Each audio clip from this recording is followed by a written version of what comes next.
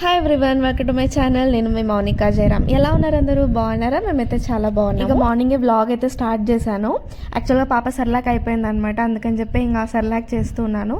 అవన్నీ లాస్ట్ నైటే మొత్తం కడిగేసి ఆరబెట్టినాను. ఇంకా అవి నీట్గా డ్రై అయిపోయినాయి. ఇప్పుడు వాటిని మొత్తం రోస్ట్ చేసేసి పక్కన పెట్టుకున్నాను. ఇంకో పక్క డ్రై ఫ్రూట్స్ కూడా ఇప్పుడు రోస్ట్ చేస్తున్నాను అనమాట. మిక్సీ పెట్టాలి వీటిని. ఇంకా నార్మల్గానే అసలు సమ్మర్లో నిద్ర పట్టకుండా నైట్ అంతా డిస్టర్బ్డ్గా ఉంటుంది. ఇంకా మార్నింగే నిద్ర వస్తుంది. ఇంకా ఇలా సెర్లాక్ ఇవన్నీ చేయాలి అంటే ఆ వేడికి అసలు నిలబడలేకున్నాను అనమాట. ఇంక బ్రేక్ఫాస్ట్ కూడా చపాతీ ఇంకా క్యాబేజ్ చేయాలనుకుంటున్నాను అనమాట. ఇంకా చపాతీ చేసేలోపు అయితే నేను చపాతీ అయిపోయింటాను. అంత వేడిగా ఉంది, నాకైతే అస్సలు ఉండలేకున్నా. కిచెన్లో ఏసీ ఉండే బాగుండి అనిపిస్తుంది. అందులోనూ ఇంకా రొట్టి నేర్చుకోవాలంటే జొన్న రొట్టె నేర్చుకోవాలని చెప్పేసి మీకు చెప్పాను కదా. సో అది కూడా స్టార్ట్ చేశాను అనమాట నేర్చుకోవడానికి. మొన్న ఊరు వెళ్ళినాడు, అప్పుడు అత్తమ్మతో పిండి అయితే తెప్పించుకున్నాను, తీసుకురమ్మని చెప్పినాను. ఇంకా అది కూడా స్టార్ట్ చేసిన చేయడానికి. అస్సలు చపాతీనే నాకు అంటే నేర్చుకున్న వెంటనే చేయడానికి చాలా టైం పడుతుంది, ఆ వేడికే తట్టుకోలేకున్నాను.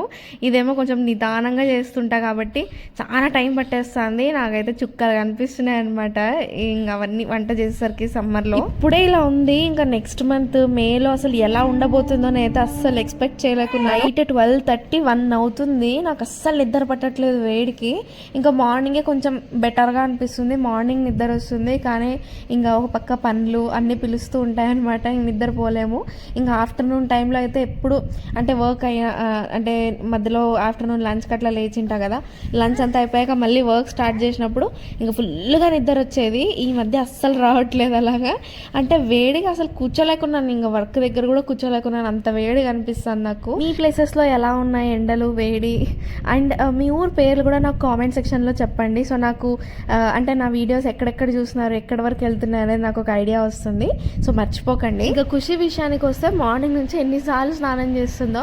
మార్నింగే వాళ్ళ నాన్న స్నానం చేసేటప్పుడు నేను వర్క్లో ఉంటాను కదా కిచెన్లో, ఇంకా తను ఎంగేజ్ చేయడానికి అని చెప్పి తీసుకెళ్ళి ఉంటాడు. ఇంకా తనతో పాటు అప్పుడు తను కూడా స్నానం చేస్తుంది.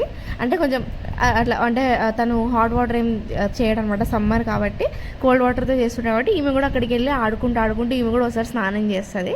మళ్ళీ తర్వాత నేను చేపించి పడుకోబెడతాను. అంటే ఇప్పుడు సమ్మర్ కదా 2 times చేపిద్దామని చెప్పి మార్నింగ్ చేపిస్తాను అనమాట. ఇంకా వాళ్ళ డాడీ సరిగ్గా చేపించిండని చెప్పేసి నేను మళ్ళీ నీట్గా అంటే సోప్ అంతా పెట్టి నీట్గా స్నానం చేయిస్తాను. తర్వాత పడుకుని లేచాక తను లేచే టైంకి మళ్ళీ నేను ఫ్రెష్ అప్ అవ్వడానికి వెళ్ళింటాను అనమాట.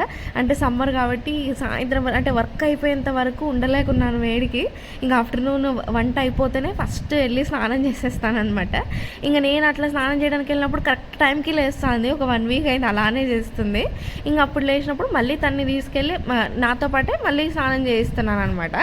అంటే ఇంకా తను వాళ్ళ డాడీ వర్క్ చేస్తుంటారు, ఇంకా దాని ఒకతే అయిపోతుంది, ఏడుస్తుంది అని చెప్పేసి అలా తీసుకెళ్ళి మళ్ళీ స్నానం చేయిస్తున్నాను. తర్వాత ఇంకా మళ్ళీ అన్నం తిని మళ్ళీ కాసేపు పడుకుంటుంది, లేకుంటే ఆడుకుంటుంటుంది. అండ్ మళ్ళీ ఈవినింగ్ అయ్యాక మళ్ళీ స్నానం చేయిస్తున్నాం అనమాట.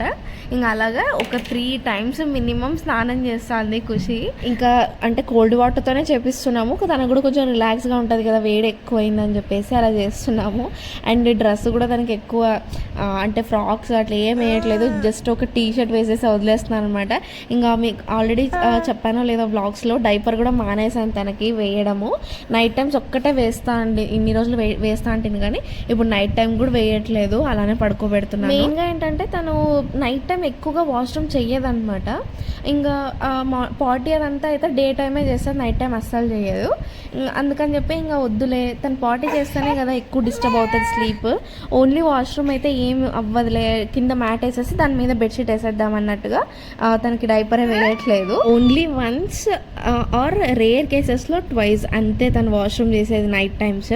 అందుకనే ఇంకా అవాయిడ్ చేసేస్తున్నా డైపర్. అందులోనూ సమ్మర్ కదా చాలా వేడి ఉంటుంది అని చెప్పేసి అస్సలు వేయట్లేదు డైపర్. తను కూడా బాగా హ్యాపీగానే ఉంటుంది డైపర్ లేకుండా. ఇంకా పార్టీ అదంతా నార్మల్గానే చేస్తుంటుంది, ఇంకా మనం ఏం చేయలేము. అందుకనే ఇంకా డైపర్ అయితే అవాయిడ్ చేసేస్తున్నాను. పార్టీ ట్రైనింగ్ అయితే ఇంకా స్టార్ట్ చేయలేదు, నేను చెయ్యాలి తనకి. ఇంకా చిన్నపిల్ల కదా, ఇంకా ఇప్పుడే తెలియదు. కొన్ని రోజులు పోవాలన్నమాట. ఇంకా 3-4 మంత్స్ అట్లా పోయినాక పాటీ ట్రైనింగ్ కూడా చేసేయాలి. సెర్లాక్ అదంతా మిక్సీ పట్టేదంతా చాలా లాంగ్ ప్రాసెస్, అంటే చాలా టైం తీసుకుంటుంది. ఇవన్నీ వేయించుకొని, ఇవన్నీ కూడా మనం హై ఫ్లేమ్లో పెట్టి వేయించుకోలేము. సెర్లాక్ వేయించుకునేవన్నీ కూడా లో ఫ్లేమ్లో పెట్టి నిదానంగా వేయించుకోవాలి, లేదంటే మాడిపోతాయి. అలా అని చెప్పి హై ఫ్లేమ్లో పెట్టామంటే మాడిపోవడంతో పాటు ఏంటంటే అవి సరిగ్గా రోస్ట్ అవ్వవు అనమాట. సో దానివల్ల లో ఫ్లేమ్లో పెట్టి నిదానంగా రోస్ట్ చేసుకోవాలన్నమాట, మిక్స్ చేస్తూ. సో అందుకనే చాలా టైం పట్టేస్తుంది. అండ్ తర్వాత అది మిక్సీ పట్టడానికి కూడా కొంచెం టైం పడుతుంది. అదంతా పేరుకుంటుంది అనమాట మిక్సీ జార్కి అంతా. దాన్ని క్లీన్ చేస్తూ అది మొత్తం మిక్సీ పట్టాలి, అంటే ఫైన్గా దాన్ని గ్రైండ్ చేయాలి కాబట్టి టైం పడుతుంది.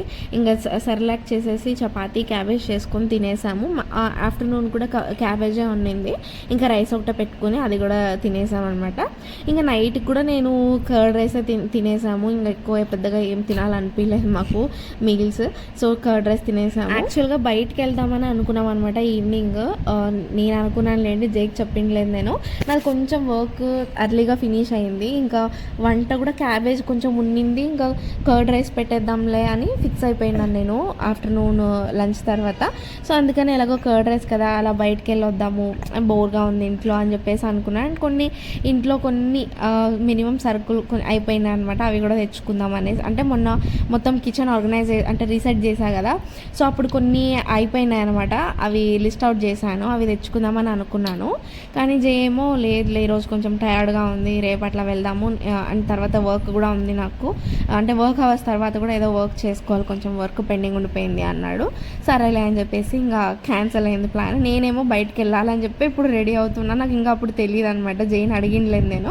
తను ఏదో అవతల కాల్లో ఉన్నాడు అనమాట, ఆఫీస్ కాల్లో. సో నేను ఆ గ్యాప్లో రెడీ అయిపోయాను. ఇంకా బ్లాగ్ విషయానికి వస్తే చాలా షార్ట్ ఉంది బ్లాగ్. అండ్ యాంగిల్స్ కూడా నాకైతే పెద్దగా సాటిస్ఫాక్షన్ అనిపించలేదు. తీసేటప్పుడు బాగానే అనిపించింది, కానీ ఎడిట్ చేసేటప్పుడు అయితే అస్సలు అంటే బాగాలేదు అని అనిపించింది. అసలు వద్దు అనుకున్నా ఇది పోస్ట్ చేయడము, కానీ మళ్ళీ అంటే చాలా రోజులు అయిపోయింది కదా వీడియో అప్లోడ్ చేసి. అండ్ ఈరోజు కూడా అది వీడియో ఉంది అని చెప్పేసి నేను మళ్ళీ షూట్ చేయలేదు వీడియో ఈరోజు. సో అందుకనే సరే పెట్టేద్దాం, ఏం అవ్వదులే అని చెప్పేసి పెడుతున్నాను. ఎవరికైనా నచ్చకుంటే బ్లాగ్ ఐఎమ్ సో సారీ అండి.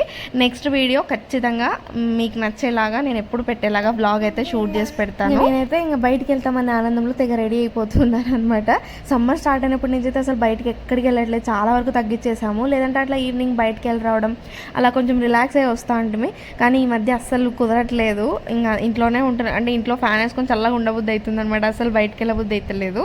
ఇంకా అందుకనే ఈ చాలా రోజులు అయినాక ఇంక ఈరోజు వెళ్దాం, కొంచెం ఐస్ క్రీమ్ అలా తినాలనిపించింది నాకు. అందుకనే ఐస్ క్రీమ్ అలా తినేసి ఇంకా చిన్న పనులు ఉన్నాయి అవి చూసుకుని వద్దామని అనుకున్నాను. కానీ జేకేమో ఇట్లా ఇంట్రెస్ట్ లేదు అనేసరికి ఇంక ఊరికే అయిపోయాను. రేపు తీసుకెళ్తా అని అన్నాడు, కానీ ఈరోజు కూడా తనకి ఏదో బిజీ అంట. ఇంకా చూడాలి మరి, వీకెండ్ దగ్గరలో ఉంది కాబట్టి వీకెండ్లో అయినా అలా వెళ్ళాలంతే. ఇప్పుడు నేను వేసుకున్న ఇయర్ రింగ్స్ అయితే మొన్న ఫంక్షన్లో, అంటే ఫస్ట్ కొంచెం పెద్ద ఇయర్ రింగ్స్ వేసుకున్నాను అనమాట. అవి తీసేసాక ఇవి పెట్టుకున్నాను, అంటే శారీ అలా వేసుకుంటుండే కదా, మరీ రోజు వేసుకున్నామంటే మరీ చిన్నగా అయిపోతాయని చెప్పేసి ఇవి వేసుకున్నాను. అండ్ ఇవి పెట్టుకున్నాను అనమాట ఇయర్ రింగ్స్. ఇప్పుడు అవి కూడా తీసేద్దాం అనుకుంటున్నాను. శారీస్లో అట్లయితే ఓకే, కానీ డ్రెస్సెస్లో అట్లా కొంచెం పెద్దగా అయినట్టు అనిపిస్తుంది నాకు. అందుకని చెప్పి తీసేసి ఇంకా నేను రోజు ఏవే అంటే నార్మల్గా పెట్టుకుంటూ ఉంటాను కదా, అవే పెట్టుకుందామని చెప్పి పెట్టుకుంటూ ఉన్నాను అనమాట. ఇంకా మార్నింగే మాప్ పెట్టేటప్పుడు అయితే నా బ్రేస్లెట్ తెగిపోయింది అనమాట, కట్ అయిపోయింది. అంటే జాయింట్స్ ఉంటాయి కదా లోపల, ఆ జాయింట్లో కొంచెం ఇట్లా విరిగి ఆ జాయింట్ ఊడొచ్చేసింది. అది చేయించుకోవాలి. నాకైతే మార్నింగే చాలా అప్సెట్ అనమాట అట్లా అయినందువల్ల. నాకు ఫేవరెట్ బ్రాస్లెట్ అది, అంటే ట్రెడిషనల్ వేర్ అయినా వెస్ట్రన్ వేర్ అయినా ఏ దానికైనా సెట్ అవుతుండే, ఎప్పుడూ నా చేతిలో ఉంటుండే అనమాట. అది నేను కొన్ని వేసుకున్నప్పటి నుంచి ఇప్పటివరకు ఒక్కసారి కూడా తీసిందే లేదు.